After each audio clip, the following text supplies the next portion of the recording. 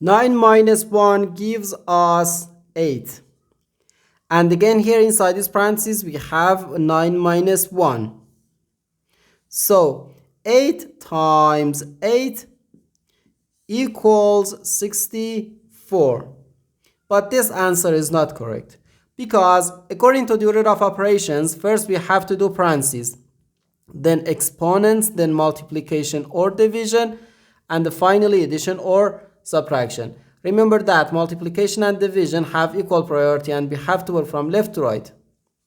And the same applies to addition and subtraction. In this expression, we have one subtraction, one multiplication, and one parenthesis. Inside this parenthesis, we have one subtraction. Here we have a multiplication, because in mathematics when a number is placed next to parentheses, it means multiplication. And we usually don't write the multiplication sign for brevity. Okay?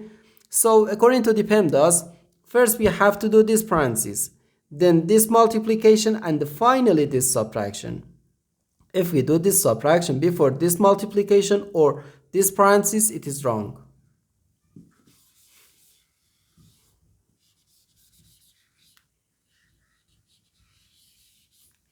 So first we have to do this parenthesis. Inside this parenthesis we have 9 minus 1, which equals 8.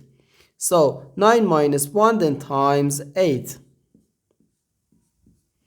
Now we have one subtraction and one multiplication.